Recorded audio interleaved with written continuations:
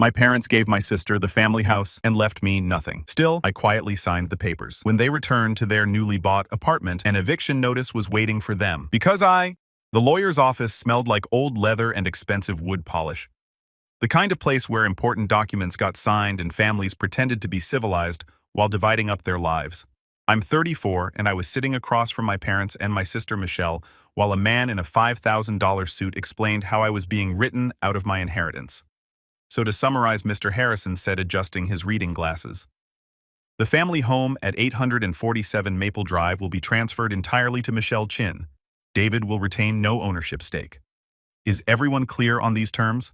Mom looked at me nervously. Dad studied the papers like they contained secrets. Michelle tried to hide her smile and failed. David, Mr. Harrison prompted, do you understand what's being proposed? I leaned back in my chair, crossed my arms, and smiled. Not a bitter smile, not a fake smile, a genuine, almost amused smile. I understand perfectly.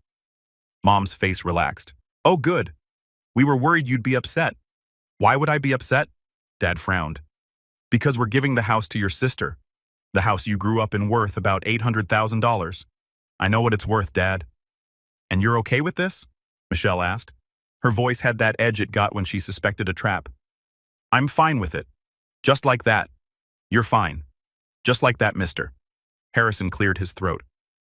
Well then, if there are no objections, we can proceed with the signatures. He slid the documents across his desk. Mom signed first, her hand shaking slightly. Dad signed next, quick and decisive like he was signing a business contract. Michelle signed last, pressing down hard like she was claiming territory. Then they all looked at me. David needs to sign as well. Mr. Harrison explained, acknowledging that he's been informed of the transfer and waives any future claims. I picked up the pen, read through the document one more time, every clause, every stipulation, every word that said I was walking away from $800,000. Then I signed. Michelle actually gasped like she'd expected me to flip the table at the last second. That's it, she said. You're just going to sign. What did you expect? A speech about fairness? A dramatic exit? I expected you to at least ask why. I sat down. The pen looked at my parents. Why are you giving the family house entirely to Michelle? Dad shifted uncomfortably.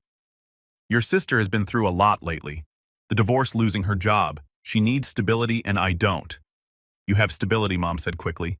You have your career, your own place. You're doing well. So this is charity for Michelle. It's not charity, Michelle snapped. It's family taking care of family. Interesting definition of family. What's that supposed to mean? Nothing. Forget it. I stood up. Are we done here? Mr. Harrison gathered the papers. Yes, we're all set. The transfer will be processed within 30 days. Michelle, you'll receive the deed by mail. Thank you, Michelle said, still watching me suspiciously. I shook Mr. Harrison's hand, nodded to my parents, walked out of that office with the same calm expression I'd worn the entire meeting. In the parking lot, Mom caught up to me. David, wait, please. I stopped, turned. Are you sure you're okay with this? You seem too calm. What do you want me to say? Mom, that I'm devastated, that I feel betrayed. I want you to be honest. I am being honest. I'm fine with it. But the house was supposed to be for both of you. We always said we'd split things evenly. Plans change. I get it. Do you? Because you're acting very strange. I smiled again. That same smile that was clearly bothering everyone. Mom, I promise you I am completely fine with you giving the house to Michelle. She needs it more than I do. You're not angry, not even a little. She hugged me. You're such a good brother. Michelle is lucky to have you. I hugged her back, said nothing. When she returned to her car where Dad and Michelle were waiting, I saw them talking through the windshield. Michelle gesturing emphatically, Mom shaking her head, Dad looking confused. I got in my car and drove away. Because here's what they didn't know. I'd been expecting this for 6 months. Ever since I'd overheard Mom and Dad discussing their Michelle problem at Thanksgiving. How she'd blown through her divorce settlement. How she was living in a rental she couldn't afford. How they needed to help her but didn't want to give her cash because she just wasted. What if we gave her the house, Dad had said? Both kids are supposed to inherit it. Mom replied, David's doing fine, he won't miss it, and Michelle needs something stable, something she can't liquidate and spend. I'd been in the kitchen getting more wine. They'd been in the dining room, voices low, but not low enough. And they had no idea I'd heard everything. That was 6 months ago, 6 months I'd spent preparing. 6 months they'd spent dropping hints about estate planning and making sure everything was fair while actively planning to screw me out of $800,000. I drove to my apartment, parked, walked inside, sat down at my computer, and opened the folder labeled Project Karma. Inside, 6 months of research, property records, financial statements, legal documents, a plan so thorough it would have impressed a military strategist. Because while Mom and Dad were figuring out how to give Michelle the family house, I'd been figuring out something else entirely. Something they wouldn't discover until it was too late to undo. My phone buzzed. Text from Michelle. We should talk about the house. Want to grab dinner? I stared at that message. Michelle wanting to have dinner. Michelle who hadn't invited me to anything in 3 years unless she needed something. Can't tonight. Work stuff. Rain check. Sure. But seriously, thanks for being cool about this. I know it's weird, but I really need this right now. I know you do. You're the best brother ever. I put my phone down and went back to my computer, pulled up a document dated 4 months ago. A purchase agreement for a property at 2847 Sterling Plaza Unit 604. The condo where my parents had been living for the past 2 years since they downsized from the family house. The condo they were renting. The condo I bought 3 months ago when it came on the market. They didn't know yet. The previous owner had agreed to let them continue their lease until it ran out in 30 days. Everything had been handled through property management companies. No names, no direct contact. In 30 days, their lease would expire and they'd receive a letter informing them that the new owner had declined to renew, that they'd need to vacate. And if they tried to look up who bought the building, they'd find it was owned by an LLC. Sterling Holdings Group, an LLC registered to me. My phone rang. Dad. Hey, David. Just wanted to check in. Make sure you're really okay with everything. I'm great, Dad. Really? Because you were very calm in there. Your mother's worried. Tell Mom I'm fine. Actually, I'm better than fine. What do you mean? I mean, I'm happy for Michelle. She deserves something good after everything she's been through. That's very mature of you. I learned from the best. We talked for a few more minutes. Dad explaining again why they'd made this decision, how it wasn't personal, how they'd make it up to me someday. I said all the right things, made all the right noises, let him feel like a good father making a tough but fair decision. When we hung up, I opened another document. The eviction timeline, the legal requirements, the notice period. Everything was in order. Everything was legal. Everything was inevitable. And the best part, I hadn't done anything wrong. I'd simply bought a property that came on the market. A smart investment in a good building in an appreciating neighborhood. That it happened to be the building where my parents lived. That was just a coincidence. A very expensive, very carefully planned coincidence. My laptop pinged. Email from the property management company. Mr. Chen confirming that the non-renewal notices for Unit 604 will be delivered on schedule 30 days before lease expiration as required by law. Current tenants, Robert and Linda Chin, will receive notice on April 15th. Please confirm you want to proceed. I typed back confirmed. Proceed as planned. Send it. Closed my laptop and smiled that same smile I'd smiled in the lawyer's office, because in 30 days my parents would receive a notice that they were losing their home. They'd scramble to find a new place. They'd probably panic. They'd definitely call Michelle for help. And Michelle, sitting in her new house that was supposed to have been half mine, would have to decide if she wanted to take them in. The house with enough space for guests. The house with the finished basement that could be converted to an in-law suite. The house that my parents had given her specifically because she needed stability. She'd take them in. She'd have to. They were her parents, and she had all that space. And slowly over months, they'd drive each other crazy. Mom's controlling tendencies, Dad's retirement projects, Michelle's inability to maintain boundaries. They'd be trapped together in that house, the house that was supposed to be my inheritance too. And I'd be in my apartment, rent-controlled, peaceful, watching from a distance as the gift that was supposed to save Michelle became the thing that trapped her. I didn't want revenge. Exactly. I wanted consequences. I wanted them to understand that actions have results. That you can't just give away someone's inheritance and expect them to smile about it. I'd smiled, but they'd misunderstood what the smile meant. They thought it meant acceptance. It didn't. It meant I was already 3 steps ahead. The first 2 weeks after signing away my inheritance were quiet. Mom called twice to make sure I was really okay. Both times I reassured her with the same calm tone that seemed to unsettle her more than if I had yelled. Michelle texted occasionally. Updates about the house, transfer, photos of paint swatches. Can't believe this is really mine, she wrote with 3 house emojis. I sent back a thumbs up. I spent those weeks working and reviewing property management reports. Sterling Plaza was a solid building, good investment. Unit 604 was my parents' place. 2 bedrooms, small balcony. They'd moved there after selling the family house and embracing the simple life. Simple meant cheap. They'd pocketed the difference and added it to their retirement fund. The retirement fund they were using to help Michelle. Week 3, the property manager called. Mr. Chin, the non-renewal notices will be delivered on the 15th as scheduled. Some tenants may request meetings with ownership. How should we handle that? Refer them to the LLC contact email. I'll handle inquiries. I marked April 15th on my calendar, the day my parents would get their notice. The day they discover they were being evicted. Perfect timing. The house transferred to Michelle would be finalized by then. My phone buzzed. Michelle, hey, want to come see the house? I'm here with Mom and Dad. We're measuring for furniture. I stared at that text. They were at the house together, planning Michelle's future in the property that was supposed to be half mine. Can today client meeting? Okay, but soon.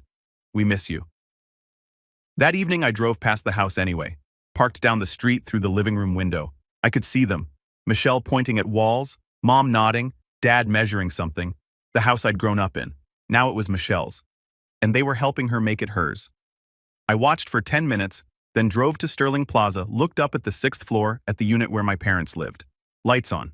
Probably not thinking about me at all. April 10th. 5 days before the notices. Michelle called. David, we need to talk. Mom told me you've been driving past the house. Mrs. Patterson saw you. Damn, I was in the area for an hour. David, what's going on? Why are you acting weird? I'm not acting weird. You are. That smile. You had it at the lawyer's office. Every time we talk about the house, it's like you know something we don't. Smart girl. I don't know anything. I'm just trying to be supportive. Then why do you keep smiling, Michelle? I promise I'm fine with everything. She was quiet. Okay, but it's weird. David, you're being weird. After we hung up, I made a note to be more careful. April 13th, 2 days before.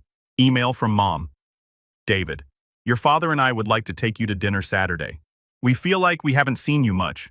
Can you do 6 p.m. at Romano's Our Treat? Saturday was April 15th, the day they'd get the notice. I could avoid them. Or I could have dinner be sitting right there when their world shifted. Saturday works. What time? 6 p.m. See you then. April 15th arrived. Around 2 p.m., the property manager texted. All notices delivered. 604 received theirs at 1:47 p.m. Tenant was home. Signed for receipt. One of them was home. Probably Mom. She'd opened it, read it, understood what it meant. 3 p.m. My phone rang. Mom. I let it go to voicemail. She called again. Then Dad. Then Mom again. I silenced my phone. The text started. Mom. David, call me. It's important. Dad need to talk to you. Mom. David, call me now.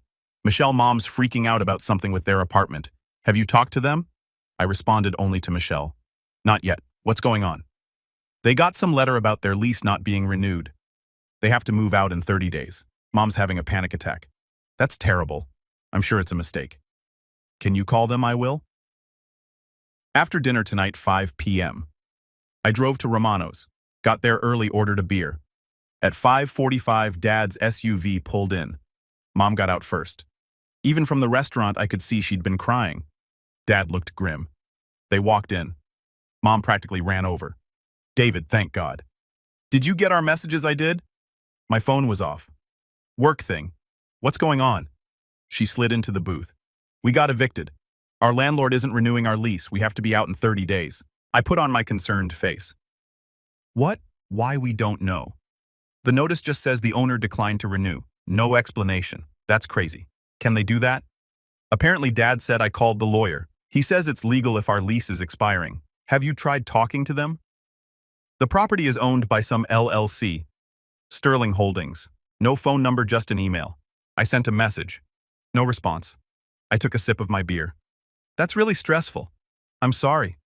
We don't know what we're going to do, Mom said. Finding a place in 30 days. What about Michelle? The house is huge.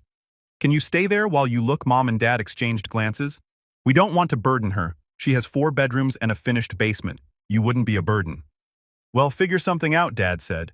We came to have dinner with you. The waiter came. We ordered. Sad and awkward silence.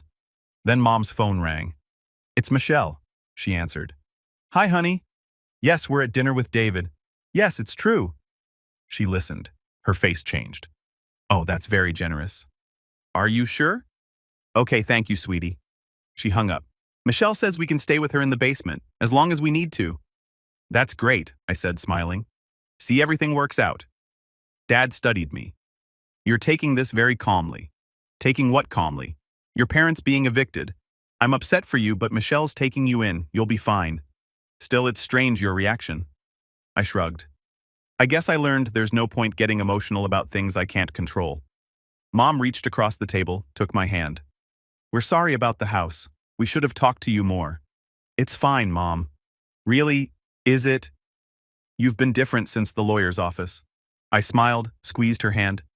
"I'm exactly the same. You're just noticing it now." We ate dinner. They talked about apartment hunting, about storage, about how Michelle was being so generous. I listened, nodded, offered sympathetic sounds, and inside I counted down. 30 days until they moved into Michelle's house. 30 days until the gift that was supposed to save my sister became the thing that trapped her. 30 days until they understood that actions have consequences. And I got to watch it happen from a distance where I'd been standing all along. Moving day was May 20th, 5 days after their lease expired. I didn't offer to help. Nobody asked. Michelle texted updates throughout the day. "Movers are here." "This is insane. Mom keeps crying about leaving the apartment. They have so much stuff." By evening, it was done. My parents were officially living in Michelle's basement. They're settled. Michelle texted with a photo. Mom and Dad surrounded by boxes, looking exhausted. "Great. Hope it goes smoothly. It's only temporary. They'll find a place soon." I knew better. Week 1. Michelle called. "Hey, I need to vent." Mom rearranged my entire kitchen. I came home and everything was in different cabinets. She said my system didn't make sense. That's annoying. And Dad's been working on projects in the garage with power tools at 7 a.m. on Sunday. Did you talk to them? Mom got hurt and said she was just helping. Dad said he was being productive. It's making me insane. Give it time. They're adjusting. I thought having the house to myself would be different. I wanted to say you chose this instead. It'll get better. Just set boundaries. Week 2. Dad called. "David, you need to talk to your sister. She's being unreasonable. We're trying to help and she acts like we're invading. You are invading her space. It's her house. It's the family house. We gave it to her." "Exactly. You gave it to her. It's hers now, but we're family." "How long are you planning to stay?" "We're looking, but everything in our budget is too small or in bad areas. We might need a few months." A few months. It had been 2 weeks. "Have you considered expanding your budget?" "We can't. The house transfer cost us in legal fees, and we're still supporting Michelle. I'm sure you'll figure it out. You could help contribute to their rent fund." There it was. "I don't think so, Dad." "Why not?" "She's your sister, and the house was supposed to be half mine. You made a choice. Now you're living with it." "That's cold, David. That's reality, Dad. Your words, remember." He hung up. Week 3. Michelle's ex-husband Brad called. "David. Hey. Michelle called me last night crying, asking if she made a mistake taking the house. She said your parents are driving her crazy." "Why are you calling me?" "Because she said something weird. That you've been too calm since the house thing. Like you're mad but won't admit it. She thinks you did something." My heart rate picked up. "Did something?" Her words. "David's too calm. He's always too calm when he's planning something." "Smart girl?" "Too smart." "I'm not planning anything." I accepted their decision. "Are you?" "She's convinced you're behind their eviction somehow. That's ridiculous." "How would I even do that? I don't know, but you should talk to Michelle. She's spiraling." That evening, Michelle showed up at my apartment unannounced. "We need to talk." She walked in, didn't sit, just stood there looking around. "What's going on, Michelle?" "You tell me." The smiling, the calmness, the complete lack of reaction. "It's creepy. I'm just being supportive. You're up to something. Mom and Dad get evicted right after I get the house. That's convenient timing. You think I arranged that?" "Did you?" "How would I do that?" "I don't know. But you're good with money and property, and you've been way too okay with losing $800,000. She was close. Too close. "Michelle, I had nothing to do with their eviction." "Then why are you acting so weird?" "I'm acting like an adult who accepted a decision I couldn't change." "Maybe you're not used to that from me. This should bother you. They gave me everything." "I know. And you're fine with it. What do you want me to say? That I'm devastated? Would that make you feel better? Honestly, yes. At least I know you're human. I got 2 beers from the fridge. Handed her one. I am human. I'm just pragmatic. Getting angry doesn't change anything. The house is yours. I'm living my life. Brad says you're planning something. Brad doesn't know me anymore. She took a long drink. When I figure out what you're doing, we're going to have a very different conversation. Looking forward to it. She left without finishing the beer. Week 4. Mom called crying. Your father and I had a fight with Michelle. She says we need to find our own place by end of next month. That's reasonable. You've been there a month, but we haven't found anything. Everything's too expensive. What about increasing your budget? We can't. We gave Michelle so much for closing costs. We're tapped out. They'd given Michelle money for closing costs on a house they'd gifted her. I don't know what to tell you, Mom. Could you talk to Michelle? This is between you and her. When did you become so cold? I learned from the best. I hung up. That night, Michelle texted from a new number. Can you come to the house tomorrow, family meeting? Noon. Don't be late. I showed up at 11:55. Michelle answered before I could knock. They're in the living room. Brace yourself. Mom and Dad were on the couch, Mom's face blotchy from crying. Dad looked angry. Michelle closed the door. Sit. I sat. We need to talk about what happens next. Michelle said Mom and Dad need to find a place. I need my house back. And you need to stop pretending you're not involved. Involved in what? In whatever you're doing. The eviction happened right after the house transfer. Right after you signed everything with that creepy smile. Michelle let me finish. I called the property management company for Sterling Plaza, asked who owned the building. They said Sterling Holdings Group LLC. So I looked it up. Public records. My stomach tightened. Want to guess who registered that LLC? Mom and Dad turned to look at me. David Chun. Michelle said, voice shaking. You own their building. You evicted our parents. The room went silent. Mom's hand flew to her mouth. Dad just stared. David. Mom whispered. Is that true? I looked at all 3 of them, at their faces showing betrayal, shock, and anger. And I smiled. That same smile from the lawyer's office. Yes, I said simply. It's true. The silence lasted 10 seconds, felt like 10 years. Then Mom started crying, full sobbing. Dad went from shock to red to pure rage. You son of a! Michelle put her hand on his arm. Dad, you bought our building. You evicted us. You've been planning this for months.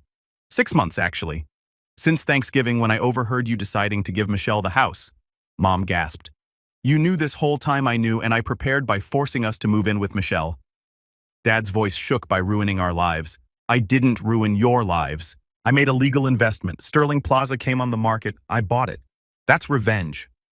Michelle said, cold, calculated revenge. Is it landlords decline lease renewals every day? Don't play games. Dad said you knew exactly what you were doing, just like you knew exactly what you were doing when you gave Michelle $800,000 and left me with nothing. That's different. How? You made a choice that benefited Michelle and hurt me. I made a choice that benefited me and hurt you. What's the difference? Mom stood up. The difference is we're your parents and I'm your son. But that didn't stop you from treating me like I'm disposable. You gave Michelle the entire house. Didn't discuss it. Just expected me to smile and accept it. You did smile, Michelle said quietly. Because I'd already won. I'd already bought the building. I was 3 steps ahead. Dad moved closer. You're not the son I raised. No, Dad. I'm exactly the son you raised. You taught me that family is about strategy. That Michelle's problems matter more than my feelings. I learned really well. We didn't forget you, Mom whispered. You gave away my inheritance without asking. You planned Michelle's future and never once asked about mine. That's choosing. Michelle sat down, so this was all punishment. Making us live together. No, this was consequences. You wanted the house, but houses come with responsibilities like taking in family. What do you want? Michelle asked. You want us to beg. I want you to understand what it feels like to be excluded, to be forgotten, to make sacrifices nobody acknowledges. We understand, Michelle said. Believe me. Do you? Because admitting you were wrong doesn't undo it. Doesn't give me back my inheritance. Then what? Michelle demanded. You want the house back. Fine, take it. I can't afford it anyway with them living here. That surprised me. You think this has been fun, Mom rearranging my life, Dad fixing things. You win, David. Take the house. I don't want it. Michelle, no. Mom said, why not? It's true. This house was supposed to save me. Instead, it trapped me. I looked at my sister. She'd lost weight, had circles under her eyes, looked 10 years older. I don't want the house. Then what do you want? Good question. I planned this for 6 months. 1. So why didn't it feel like winning? I want you to understand what it feels like to be the one making sacrifices nobody acknowledges. We understand, Michelle said quietly. I walked to the door. That's it, Dad asked. You blow up our lives and leave. That's what you did to me. In the lawyer's office now you know how that feels. David, Mom said we love you. I turned back. I believe you, but love isn't enough when it comes with conditions. When it means my feelings don't count as much as Michelle's, that's not. It is. And until you understand that we don't have anything to talk about. I left. 2 weeks later, Michelle called. I'm selling the house. I can't do it. The mortgage, the upkeep, Mom and Dad, it's too much. Where will Mom and Dad go? They found a small apartment in their budget. They move in next month. After we hung up, I opened my laptop, typed an email to my property manager. Please contact Robert and Linda Chin. Offer them Unit 604. Same terms as before. Send it before I could change my mind. Mom called the next day. David, the property company, called. They're offering us our apartment back. Was this you? Yes. She was quiet. Why? Because I proved my point and because you're my parents. That has to mean something. Does this mean you forgive us? I don't know yet, but it means I'm not going to keep punishing you. Can we try again to be a family? I thought about the house I'd never get back. About the 6 months of revenge maybe, but it'll be different. I'm not going to be the easy one anymore. I'm going to have boundaries. And Michelle doesn't get special treatment. Okay, and we split things evenly going forward, including your estate. 50-50, non-negotiable. We can do that then. Maybe we can try. 6 months later, I had Sunday dinner with my parents in their apartment at Sterling Plaza. Michelle was there too. In her small apartment, she could actually afford looking lighter, less stressed. We ate pot roast, talked about normal things. Nobody mentioned the house or the eviction, but something had shifted. Dad stopped himself from telling me what to do. Mom asked before making plans. Michelle asked me directly for help instead of going through our parents. We weren't the family we'd been. That family was gone. But maybe we were becoming something better, something honest. Or maybe we were just learning to coexist at a distance that didn't hurt. Either way, I'd stopped smiling that smile because I'd finally learned revenge doesn't fix anything. It just shows everyone who they really are. And sometimes that's enough.